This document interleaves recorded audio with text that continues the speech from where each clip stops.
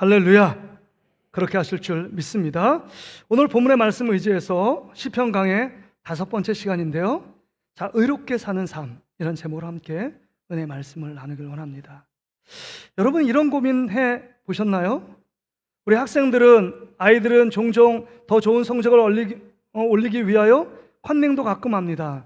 80점 맞는 사람이 컨닝해서 90점, 95점, 100점을 맞는 학생들도 있습니다. 그러면 그 학생들 보면서 내가 컨닝하지 않고 정직하게 사는 것이 맞나?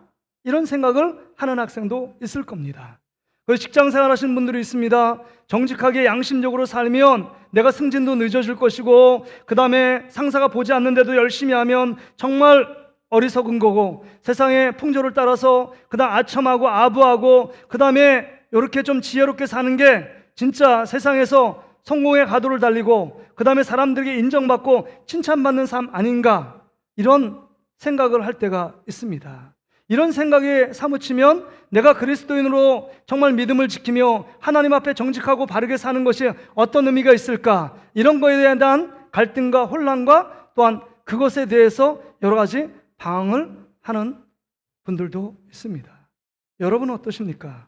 만약 혹시라도 한 번 이상 그런 생각을 가진 분이 있다면 오늘 그런 생각을 통해서 그 생각을 갖고 다시 오늘 본문의 말씀으로 들어가야 합니다. 본문에 답이 있습니다.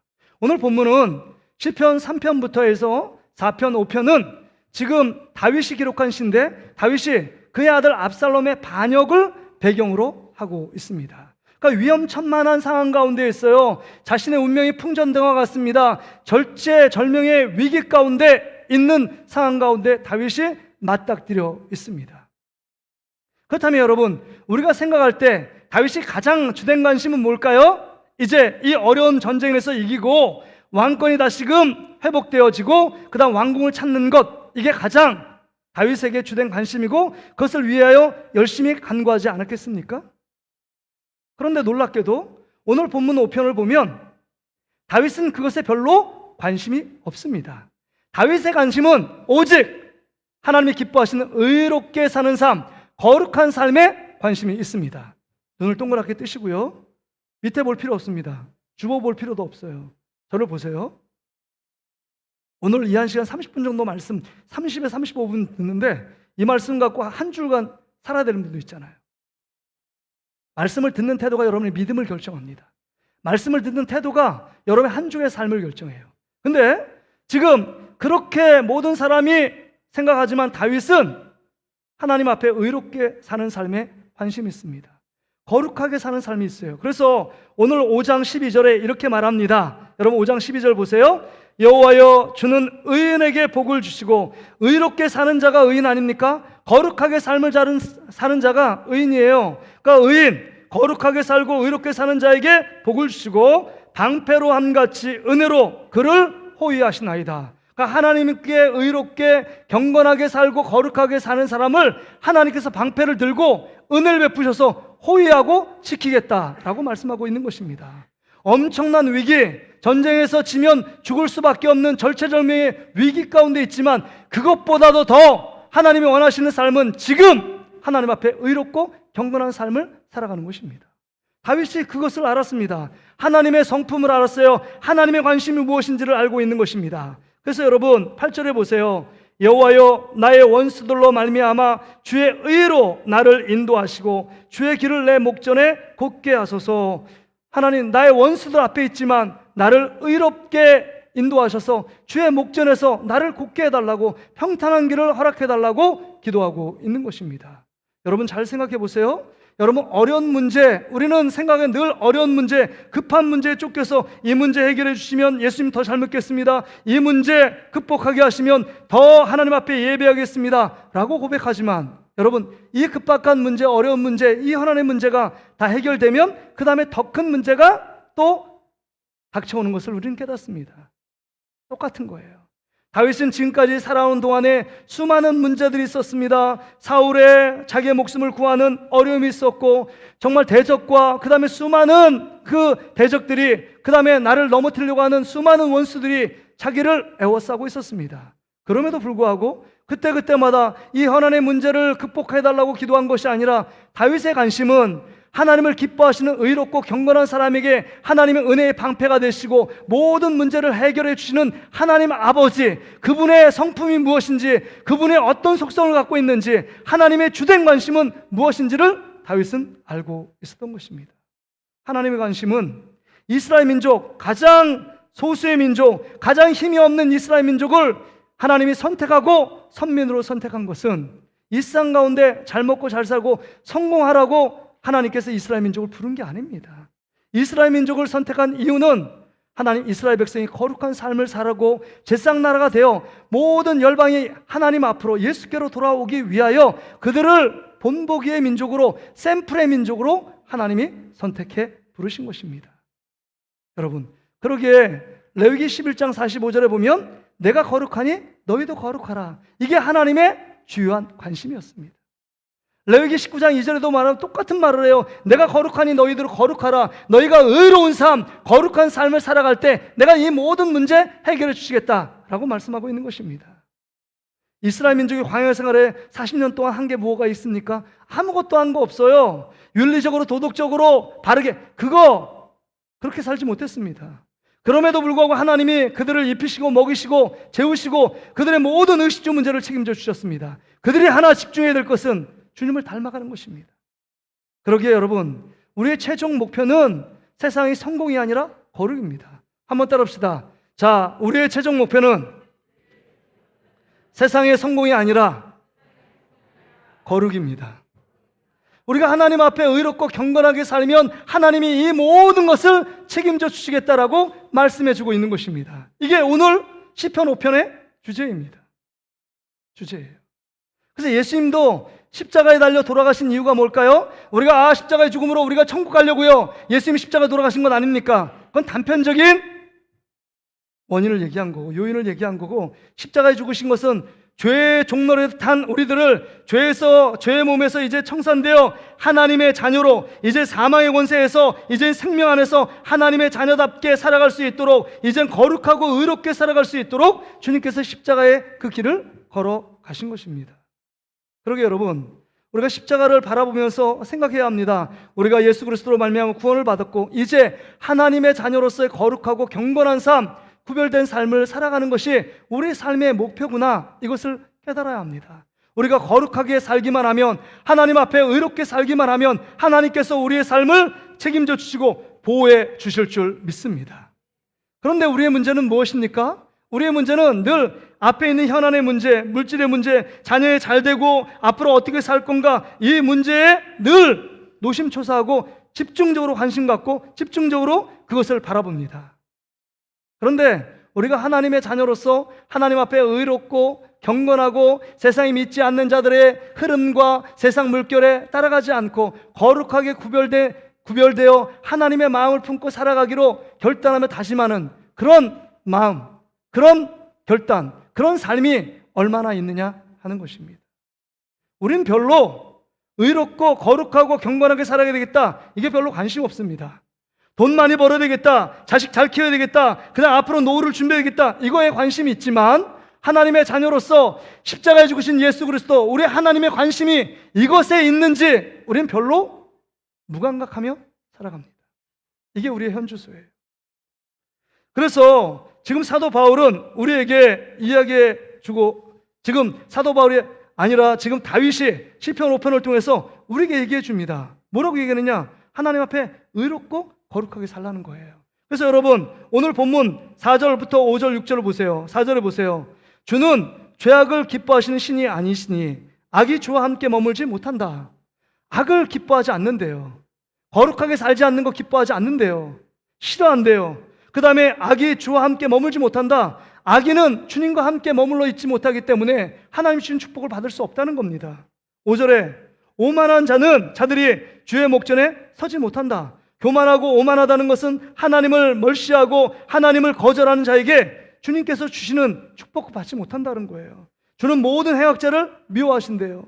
6절에도 거짓말하는 자들을 멸망시키시리이다. 여호와께서는 피 흘리기를 즐기는 자와 속이는 자를 싫어하시나이다. 그러니까 악한 자를 미워하시고 싫어하시고 그 다음에 가까이 하지 않는다라고 말씀합니다. 하나님 앞에서 의롭고 거룩하고 경건한 자에게 하나님 은혜의 방패를 보호하시고 은혜의 방패를 들어 보호하시고 지키신다고 말씀하고 있습니다. 그렇습니다. 한마디로 악을 미워하시고 의롭고 경건한 자를 기뻐하시고 좋아하신다는 거예요. 그걸 여러분 다윗은 알았습니다. 그래서 다윗이 또 고백하기를 이렇게 늘 마음에 악을 품는 자의 삶의 결과가 뭐냐? 여러분 9절 말씀 보세요. 9절 말씀 같이 한번 읽어볼까요? 9절이요. 시작. 그들의 입이 신실함이 없고 그들의 심중이 심히 악하며 그들의 목구멍은 열린 무덤 같고 그들의 혀로는 아첨 하나이다. 여러분 그들의 경건의 모습이 입술로 드러난다는 거예요. 늘 마음에 악한 것을 품으면 악한 것밖에 나오지 않는다는 겁니다. 그의 입에 신실함이 없습니다. 그의 입은 목구멍은 열린 무덤 같아요. 그들의 혀로는 아침하고 늘 죄악을 말하고 발산한다는 겁니다. 여러분 그러기에 우리가 지킬 것이 있는데 우리의 마음과 입술을 지켜야 돼요. 한번 따라합시다. 우리의 마음과 입술을 지켜야 합니다. 그러니까 우리의 마음과 입술을 지키지 않으면 남에게 상처 주고 아픔을 주고 그것 죄악들 때문에 다른 사람을 실족시킬 수 있는 여러분 허물이 우리 안에 있을 수 있다는 것입니다. 그러기에 우리의 마음과 입술을 지켜야 돼요. 그냥 결론적으로 말을 안 하고 살 수 없기 때문에 좋은 말을 해야 돼요. 믿음의 말을 해야 합니다. 그 사람의 칭찬을 말을 해야 합니다. 인정해주는 말을 해야 합니다. 믿음을 북돋은 말을 해줘야 합니다. 그 사람을 위로하는 말을 해야 합니다. 그 사람의 덕을 세우는 말을 해야 합니다. 그 사람에게 긍정적이고 적극적인 말을 해줘야 합니다. 너는 안 돼, 못 돼. 계속 부정적인 말을 하면 그 부정적인 말이 그 사람에게 들릴 뿐만 아니라 가장 많이 듣는 사람은 나에게 가장 많이 들립니다. 그 삶은 늘 가시덩굴 울터리가 쳐 있는 것입니다. 삶이 잘 될 수가 없어요. 여러분 그런 자가 자에게 다윗은 이야기합니다. 10절에 하나님이여 그들을 정죄하사 자기 꾀에 빠지게 하시고 그 많은 허물로 말미암아 그들을 쫓아내소서. 그들이 주를 배역합니다. 하나님 그들의 그 죄 때문에 그들이 자기 꾀에 무너지고 빠지도록 하나님 앞에 저주를 선포하고 있습니다. 그러기에 오늘 본문의 말씀을 통해서 하나님 앞에 의롭고 또한 정말 경건하게 거룩하게 살아가는 자의 삶의 모습이 뭐냐? 다윗은 세 가지를 결단하고 있습니다. 한번 오늘 본문에 보세요. 첫 번째는요, 뭘 결단하냐? 아침에 기도하기로 결단합니다. 여러분 1절부터 보세요. 1절부터 3절. 여호와여 나의 말에 귀를 기울이사 나의 심정을 헤아려 주소서. 나의 왕 나의 하나님이여 내가 부르짖는 소리를 들으소서. 내가 주께 기도하나이다. 우리 3절 말씀을 같이 한번 읽어볼까요? 자, 우리 초등부 정신 차리고, 자, 목사님 보고 절 봐. 3절 말씀 화면을 보고 읽어요. 하진이 나보고, 예준이도. 자, 우리 3절 말씀 같이 한번 읽겠습니다. 시작. 여호와여 아침에 주께서 나의 소원을 들으시리니 아침에 내가 주께 기도하고 바라리이다. 이렇게 말합니다. 아침에 하나님 앞에 기도한다는 것입니다. 지금 압살롬의 반역이 눈앞에 와 있는데 무슨 기도할 여력이 있고 기도할 여유가 있겠습니까? 그럼에도 불구하고 하나님 앞에 먼저 첫 시간을 드리고 있는 다윗의 모습을 봅니다. 왜 첫 시간이에요? 왜 아침입니까? 모든 대지와 자연 만물을 깨기 전에 하나님 앞에 첫 시간, 정말 가장 귀하고 중요한 시간을 주님께 드리고 있는 다윗의 영성의 모습을 볼 수 있습니다. 이 아침을 하나님께 드리지 않으면 우린 세상에 물들 수밖에 없습니다. 자기가 습관 따라 본능 따라 살아갈 수밖에 없는 우리의 삶의 모습을 봅니다. 그렇게 새벽을 깨워 주님이 가장 기뻐하시는 삶을 살아가기 위하여 결단함이 일어나는 것입니다. 그래서 어떤 사람은 이렇게 얘기해요. 참 동의가 되는 말이에요.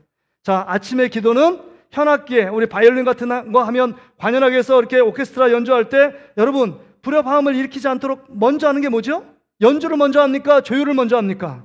조율을 먼저 하잖아요. 팅팅 튕기면서 그 다음에 조율을 딱 시킵니다. 그러면 딱 맞추죠? 맞추면 그 다음에 관현악 오케스트라가 정말 아름다운 하모니를 연주합니다. 그럼 너무 듣기가 좋아요. 은혜가 되잖아요. 근데 불협화음, 조율이 안 되면 불협화음된 악기를 갖고 여러분 정말 이상한 소리를 내면 너무 듣기가 힘들잖아요. 아침에 하나님께 기도하여 무릎 꿇을 때 이거는 우리 인생을 하나님과 코드를 맞추는 조율하는 시간입니다. 첫 시간을 주님께 드려 하나님이 기뻐하시는 그 삶을 살아가기로 결단하며 주님께 우리의 마음을 토로하고 주님이 주시는 은혜를 힘입어 여러분 낮에 또 오후에 우리의 삶에 주어진 환경 속에 열심히 살아내는 것입니다. 그렇게 첫 시간이 너무 중요해요.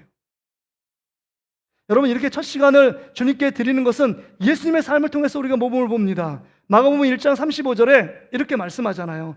새벽 아직도 밝기 전에 예수께서 일어나 나가 한적한 곳으로 가서 거기서 기도하셨다. 그러니까 새벽 미매에 한적한 곳에 나가서 예수님이 늘 습관을 따라 감람산에 올라갔잖아요. 그래서 누가복음 22장에 보면 습관을 따라 감람산에 올라갔다. 감람산이 뭡니까? 그 주님께서 늘 기도하는 장소 아니었습니까? 저녁에 늦게까지 사역하고 병을 고치고 귀신을 내어쫓고 죽은 자를 살리고 그다음 불치병자를 고치는 그 엄청난 사건이요. 정말 식사를 할 시간적 여유가 없는 그 상황 속에서도 새벽을 깨워서 하나님께 기도했던 예수님의 모습이에요. 하나님 본인이시지만 그것을 향하여 하나님 앞에 기도로 본을 보였던 예수님의 모습. 이게 우리의 모습이 되어야 한다는 것입니다. 여러분, 한국교회가 부흥한 여러 가지 이유와 요인이 있겠지만 그중에서 세계 유례를 볼 수 없는 하나님의 놀라운 축복은 한국교회는 새벽을 깨웠다는 것입니다. 10%가 출석교인, 주일 출석교인의 10%가 여러분 새벽을 깨운대요. 여러분은 새벽을 얼마나 깨우십니까? 아침의 삶을 주님께 얼마나 드리고 계십니까? 정말 아침에 주님 앞에 주님과 교제하고 교통함을 통해서 하나님 주시는 은혜를 사모하며 그 주님 주시는 은혜로 살기로 결단하신 분들이 얼마나 되느냐 하는 것입니다. 우리가 아침의 시간이 참 중요해요. 학생들은 5분 10분만 있으면 엄마 나 5분 뒤에 깨워줘, 10분 뒤에 깨워줘. 좀 더 자는 시간일 수 있습니다. 우리 직장인들은요 5분 10분 그 시간에 5분 10분을 서두르지 않으면 회사에 지각을 합니다. 그럼 페널티를 물잖아요. 근데 아침 시간은 너무 소중하고 5분 10분이 귀한 시간인데 저녁에 오면요 TV 보는데 2시간 3시간입니다. 게임하고 오락하는데 밤새요. 그래도 여러분 시간의 소중함을 몰라요. 근데 여러분 아침 시간이 그렇게 소중하고 5분 10분이 귀하다면 그 귀한 시간을 주님께 드린다면, 주님께 만나는 시간으로 주님 앞에 올려드린다면 하나님이 얼마나 기뻐하시겠느냐 하는 것입니다. 바라기는 우리 동신교회 모든 사랑하는 성도들은 아침과 새벽을 깨워 주님 앞에 나아가는 저와 여러분 되시기를 주의 이름으로 축복합니다. 여러분, 만나 매출하기 새벽에 내렸어요. 날마다 매일 내렸지만 그 만나 매출을 이틀 3일 그 다음에 분량을 저장해도 하루 사막교에 썩었습니다. 여러분, 하루 분량은 새벽에 나가서 항아리 갖고 만나를 담고 매출액을 담아야 돼요. 마찬가지로 하나님 오늘의 흡족한 은혜, 오늘을 살 수 있는 은혜는 오늘 하루 다 은혜 받았다고 1년, 10년을 살아갈 수 있는 게 아니라 하루를 살아갈 수 있습니다. 하루밖에 안 돼요. 그렇게 날마다 이 새벽을 깨워 하나님께서 주시는 방패로 호위하시는 하나님의 축복을 받는 의롭고 거룩한 삶을 살아가는 저와 여러분 되시기를 주의 이름으로 축복합니다. 두 번째는요, 오늘 본문에 보니까 내가 정말 다윗의 의로운 삶을 살기 위해서 뭐라고 얘기하느냐? 여러분 7절 말씀 보세요. 7절 같이 한번 읽어볼까요? 7절입니다. 시작. 오직 나는 주의 풍성한 사랑을 힘입어 주의 집에 들어가 주를 경외함으로 성전을 향하여 예배하리이다. 지금 하나님이 나를 사랑하시는 그 주님 앞에 예배하기로 작정했습니다. 압살롬의 반역 앞에 정말 민족의 운명이 풍전등과 같은 이런 상황 속에서도 다윗은 예배하기를 포기하지 않았다는 것입니다. 삶의 중심에 예배가 있었고 삶의 핵심에 예배를 두었다는 것입니다. 그럴 때 이런 위급하고 다급한 상황에서도 하나님을 예배합니다. 편안할 때만, 좋을 때만 예배하는 자는요, 위급하고 다급하면 예배를 멀리하지 예배를 가까이 하지 않습니다. 참 습관이 무서워요. 습관이.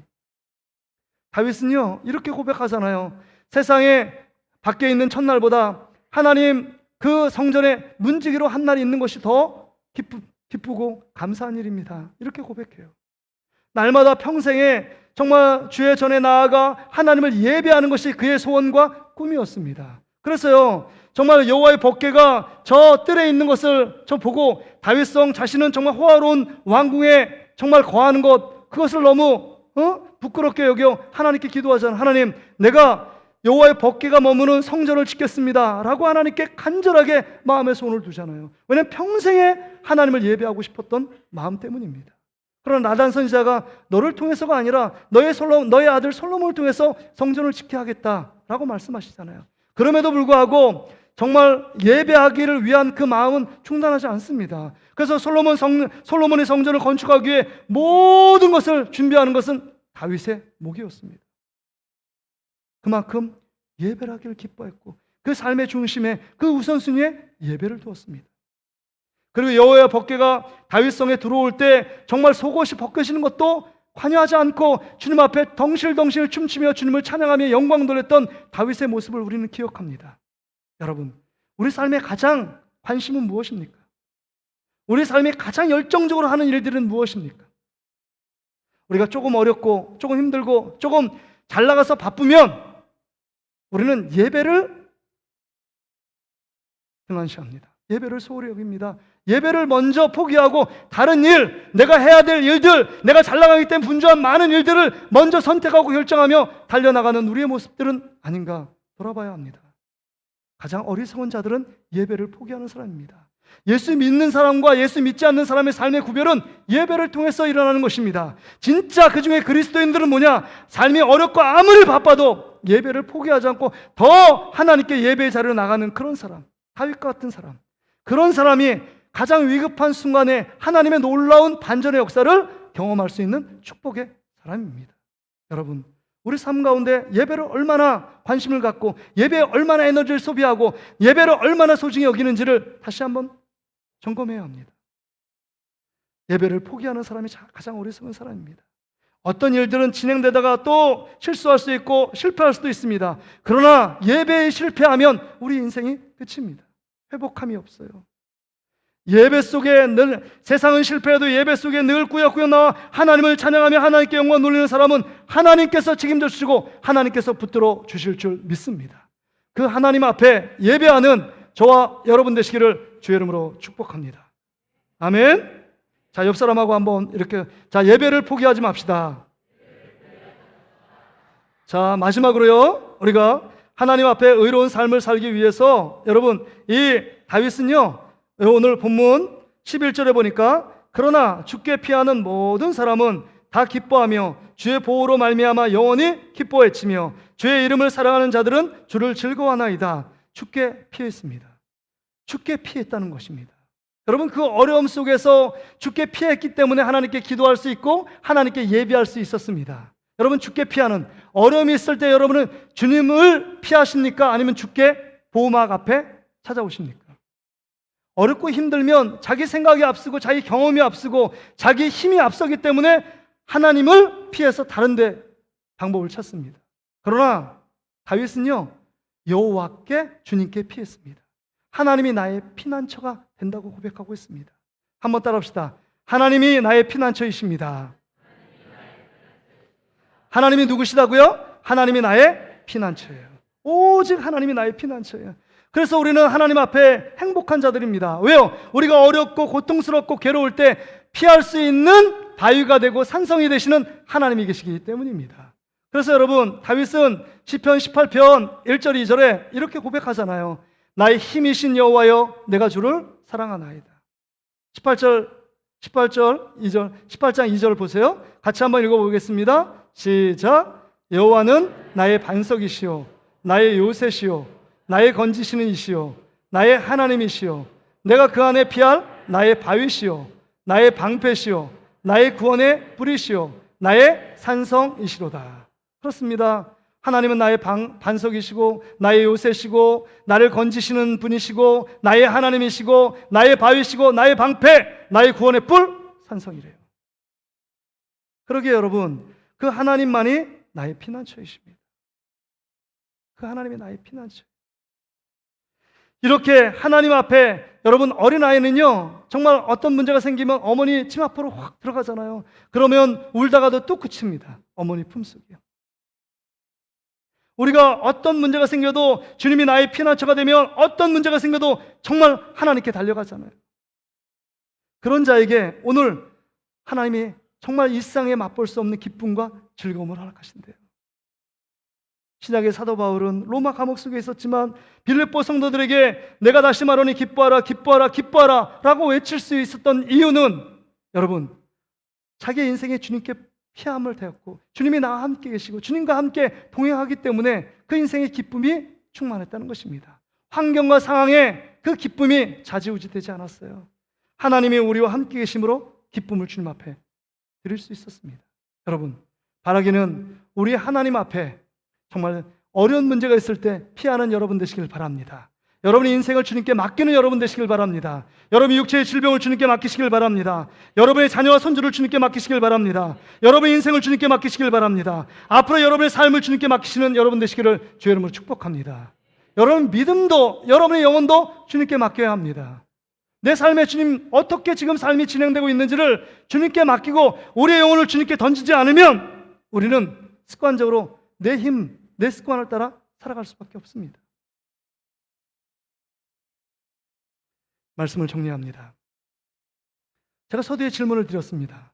여러분 정직하게 살고 양심적으로 살고 하나님 앞에서 의롭고 산다고 이 세상 가운데 정말 성공의 인생으로 살아갈 수 있을까? 직장생활 하나, 사업장을 하나 정말 세금 또박 정해진 일대로 세금 정확히 내고 직장생활 누가 보든 안 보든 열심히 하고 그러면 어떤 면에 보면 세상 사람이 여러분을 바보 취급하고 그 다음에 세상의 방법대로 살아가지 않는다고 손가락질하며 지적할 수도 있습니다. 그럴 때마다 마음이 흔들릴 거예요.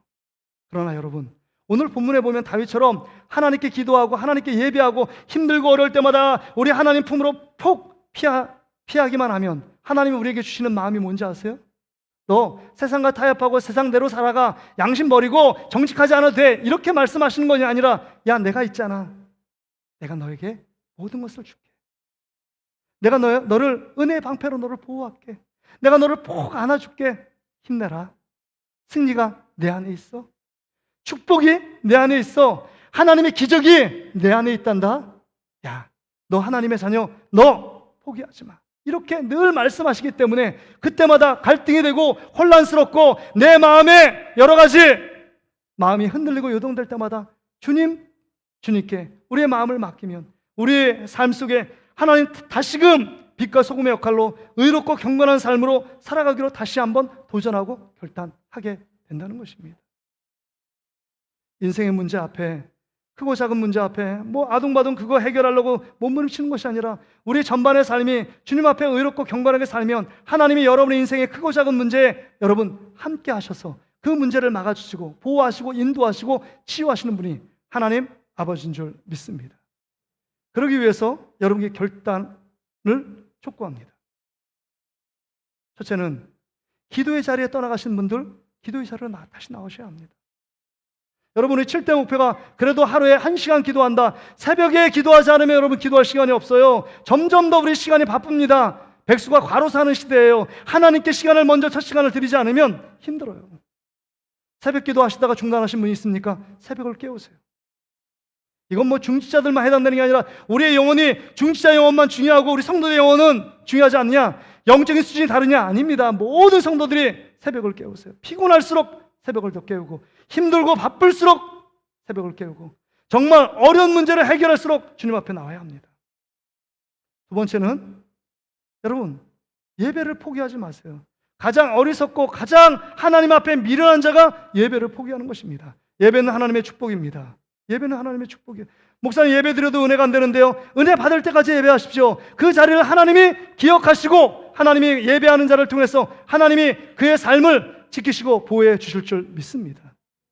여러분, 근시안적으로 보지 마세요. 1년, 2년 예배하는 자의 삶의 모습과 예배를 등한시하며 늘 내가 좋을 때만 예배드리는 삶의 여러분 열매를 보세요. 다릅니다. 달라요. 마지막으로 여러분, 이렇게 하나님 앞에 의롭고 거룩하게 살기 위해서 여러분 교육받는 거, 훈련받는 거 미루지 마세요. 성경 읽어지네, 당장 신청해야 합니다. 확신반 성장 안 하신 분들, 복음이 중요한데 예수 그리스도 알지 못하고 하나님 앞에 예배 드리는 것, 이건 예배 드리는 것이 아닙니다. 믿는 자와 믿지 않는 자의 구별은 예배입니다. 근데 믿는 자 안에 예배를 드렸기 때문에 그분이 진정한 그리스도인이냐, 하나님 예배하는 참 예배자냐? 아닙니다. 예배는요, 훈련받아야 돼요. 예배는 하나님이 누구신지를 정확히 알 때 점점 더 주님을 더 확신하고 점점 더 주님께 가까이 나갈 수 있는 것입니다. 제품을, 제가 이게 갤럭시 탭인데 이 제품을 모르면요, 이걸 정확히 사용을 못합니다. 하나님에 대해서 알면 알수록 여러분 그 하나님 안에 진리가 우리를 자유케 합니다. 더 주님께 나아갑니다. 주님이 얼마나 우리를 사랑하시는지, 얼마나 우리를 위로하기 원하시는지, 이 환난과 어려움 속에서 우리를 붙들고 계시는지, 은혜의 방패로 우리를 모든 환난에서, 전쟁과 위험에서도 막아주시는 분인지, 우리 하나님이 우리를 지키고 보호하십니다. 그러기에 여러분 결단해야 돼요. 배우지도 않고 나는 모든 것을 안다. 이건 교만한 것입니다. 우시아 왕처럼 교만한 자는 하나님이 물리치십니다. 여러분 겸손하게 내가 늘 죄인임을 기억하고 하나님 앞에 늘 배우기를 힘쓰고 하나님 앞에 헌신하기 힘쓰고 기도하기 힘쓰고 예배하기 힘쓰는 저와 여러분 되시기를 주의 이름으로 축복합니다. 우리 자막 띄워주시겠어요? 그래서 최종 목표는, 한번 따라합시다. 최종 목표는 세상의 성공이 아니라 거룩입니다. 우리가 이 땅 가운데 존재하는 이유, 여러분을 구원시키는 이유는 세상의 성공이 아니라 잘 먹고 잘 사는 것이 아니라, 이건 부차적인 문제입니다. 거룩하면 하나님이 여러분의 삶에 의식주 문제까지 책임져 주실 줄 믿습니다. 여러분이 걱정하고 고민하는 자녀의 문제까지도 해결해 주실 줄 믿습니다. 그래서 오늘 여러분 빛의 자녀는 착함과 의로움과 진실함에 있다고 했습니다. 하나님 앞에 거룩한 삶을 주님께 드리면 여러분을 통해서 아름다운 열매들이 여러분 알지 못하는 그 모든 가정과 직장, 사업장 일터, 우리 자녀의 미래의 삶 위에 주렁주렁 열매 맺히게 될 줄 믿습니다. 오늘 이 말씀을 붙들고 한 주간 씨름하고 영적으로 되새김질하는 저와 여러분 되시기를 주의 이름으로 축복합니다.